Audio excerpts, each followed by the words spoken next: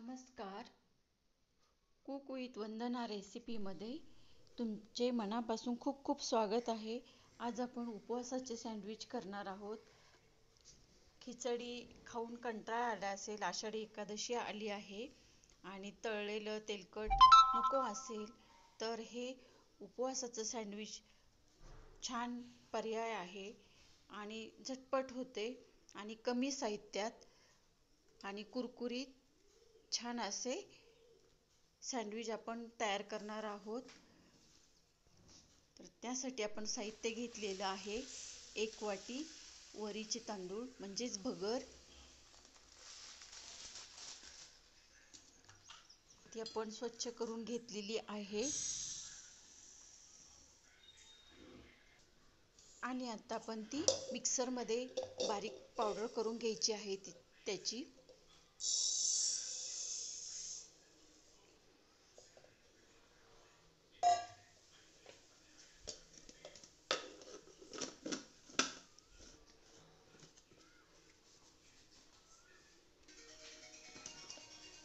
छान अशी पावडर तयार झालेली आहे, बारीक वाटून आपली झालेली आहे.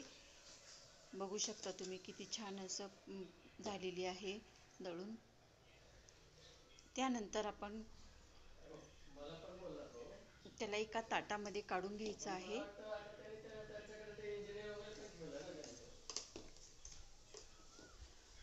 सर्व मिश्रण आपण एका ताटामध्ये काढून घ्यायचं आहे.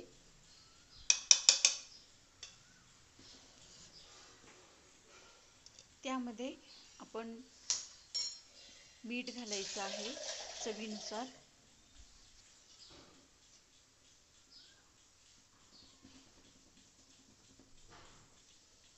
चवीनुसार मीठ घालायचं आहे आणि मिक्स करून घ्यायचं आहे.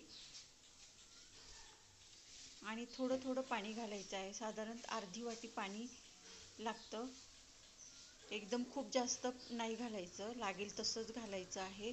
आपल्याला घट्ट मळून घ्यायचा आहे, गोळा तयार करून घ्यायचा आहे. त्यामुळे छान असं मळून घ्यायचं आहे पीठ.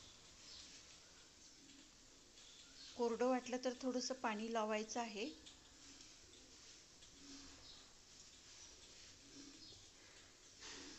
फार पातळ कणिक मळायची नाहीये, घट्टसर आपल्याला गोळा तयार करायचा आहे.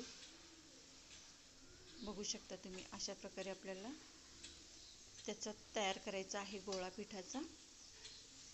आणि हे पीठ आपण थोडंसं तेल लावून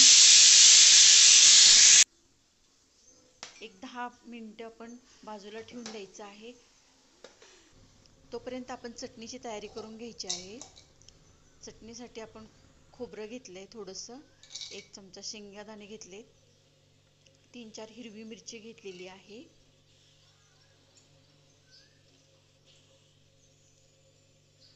कोथिंबीर भरपूर घेतलेली आहे.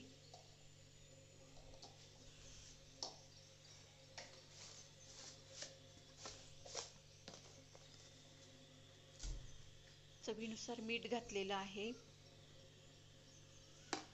मीठ बेताने घालायचं, कारण आपण पिठामध्येही मीठ घातलेलं आहे, त्यामुळे मीठ कमी घालायचं आहे. आणि हे सर्व चटणी मिक्सरमध्ये बारीक करून घ्यायची आहे.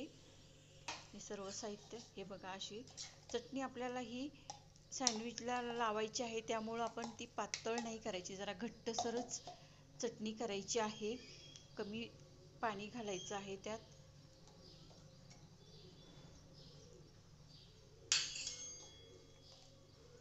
अशा प्रकारे चटणी आपली तयार झालेली आहे. चटणी तयार करून बाजूला ठेवून देऊया. झालेली आहे आपली. आता आपलं पीठ पण भिजलेलं आहे, 10 मिनिटं झालेली आहेत भिजून. बघू शकता तुम्ही पीठ, तांदूळ असे फुललेत, ते आपण आता फोडून घ्यायचे आहेत, मोकळे करून घ्यायचं आहे.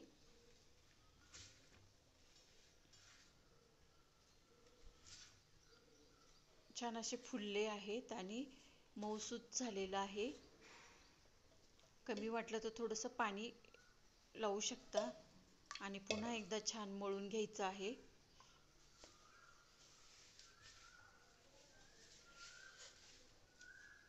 खूपच छान असं मऊ आणि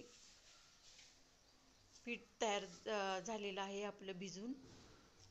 गोळा आपला तयार झालेला आहे. छान असं मळून घ्यायचं आहे.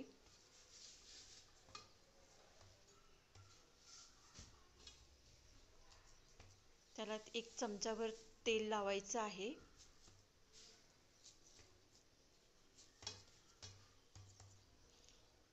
आणि आपण उकडून घेतलेला बटाटा आहे एक, तो कुस्करून घ्यायचा आहे.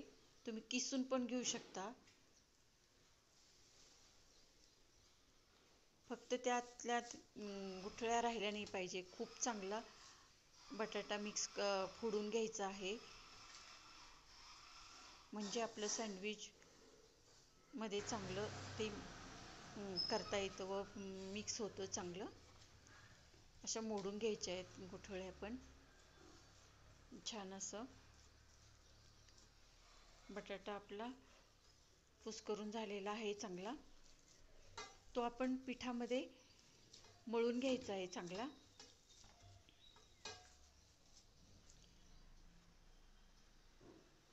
आणि चवीनुसार मीठ घालायचं आहे. पिठात पण आपलं मीठ आहे, त्यामुळे जरा मीठ कमी घालायचं आहे. चवीनुसार घालायचं आणि सर्व मिसळून घ्यायचं आहे.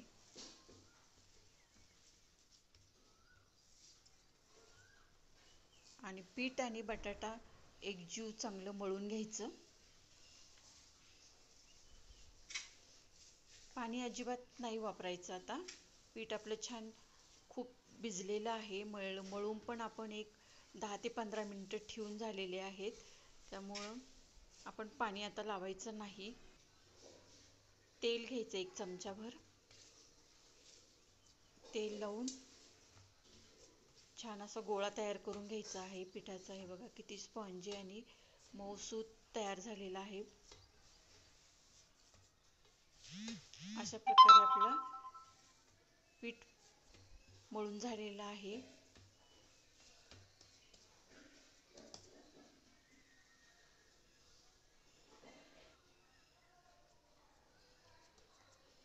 पीठ झाकून ठेवायचे. सँडविच मेकर गरम व्हायला ठेवलेला होता. पिठाचा गोळा घेतलाय आणि सँडविच मेकरमध्ये आपण तो थापून घेतलेला आहे, लावून घेतलाय आणि त्याच्यावर आपण ही चटणी पसरून घ्यायची आहे. सगळीकडे लावून घ्यायची आहे.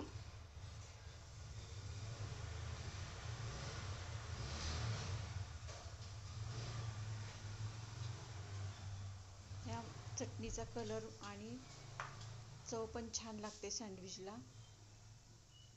हे सर्व आणि उपवासाचे आहे, त्यामुळे आपण खाऊ शकतो. छान अशी चटणी पसरून झालेली आहे. वरून पुन्हा दुसरा एक गोळा तयार करून घ्यायचा. तेलाचा हात लावून घ्यायचा आहे आणि सँडविच मेकरला पण आपण थोडंसं तेल लावून घेतलं होतं, तो त्यावर थापून घ्यायचा आहे. फार जाड पण नाही आणि फार पातळ पण नाही, असं लावून घ्यायचं आहे, थापून घ्यायचं आहे सँडविच मेकरवरती. आणि दुसराही आपण त्याच पद्धतीने तयार करायचा आहे.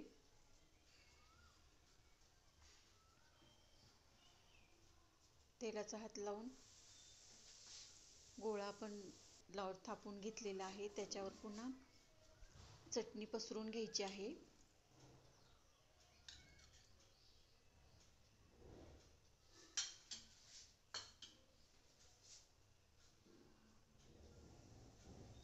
चटणीमुळे सँडविचला खूप छान टेस्ट लागते.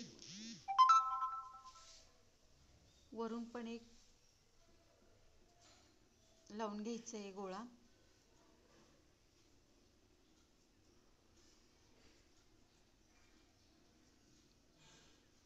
पीठ लगेच मिक्स होतं.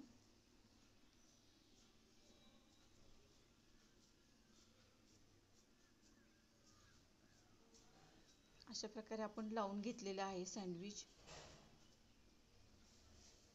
आणि आता हे भाजून घ्यायचे. एक 10-15 मिनिट आपण ठेवून देणार आहोत टोस्ट मेकरमध्ये.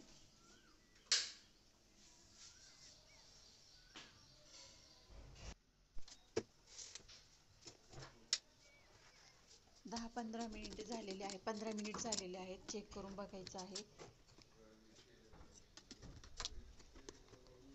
सँडविच ऑलमोस्ट तयार झालेले आहेत आपले. छान बघू शकता तुम्ही, कलर पण छान आलेला आहे, वास पण भाजताना खूपच सगळीकडे छान येतोय, कुरकुरीत आणि एकदम टेस्टी खमंग असे सँडविच आपले तयार झालेले आहे.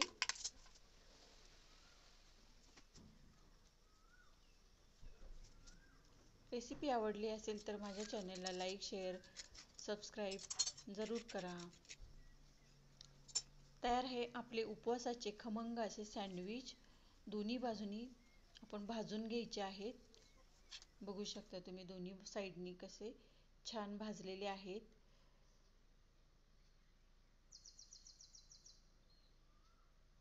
खमंग असे कुरकुरीत सँडविच आपले उपवासाचे तयार झालेले आहेत.